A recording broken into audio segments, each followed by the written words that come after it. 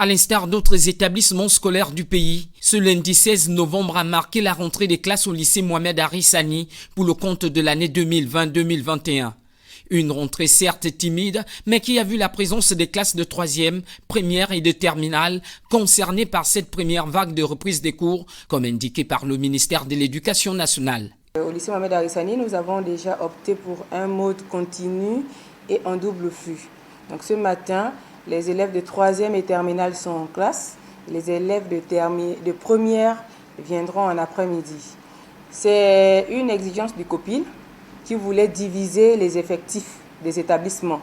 Donc tous les établissements qui ont plus de 500 élèves, il fallait scinder ces effectifs-là pour éviter qu'on ait un flux important des apprenants. Bien que nous, au lycée Mohamed Arissani, on a une capacité d'accueil, mais on est obligé de s'aligner et d'obéir aux exigences de la tutelle pour l'intérêt de tous. Ici comme ailleurs, la lutte contre la Covid-19 reste d'actualité.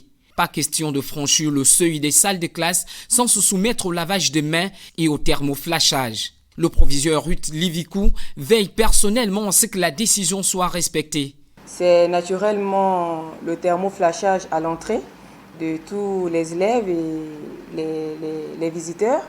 C'est le lavage des mains obligatoire et le port convenable et obligatoire du masque. C'est l'organisation au niveau des enseignements en présentiel et en distanciel. C'est la division de l'effectif global du lycée Mohamed Arissani en deux pour éviter que les élèves, pour éviter les attroupements et qu'il n'y ait un flux important des apprenants au sein de notre établissement. Pour cette année, l'établissement est doté d'un bâtiment flambant neuf R+3 composé de 15 salles de classe. Cette réalisation du Conseil supérieur des affaires islamiques du Gabon témoigne de son engagement dans le secteur éducatif gabonais.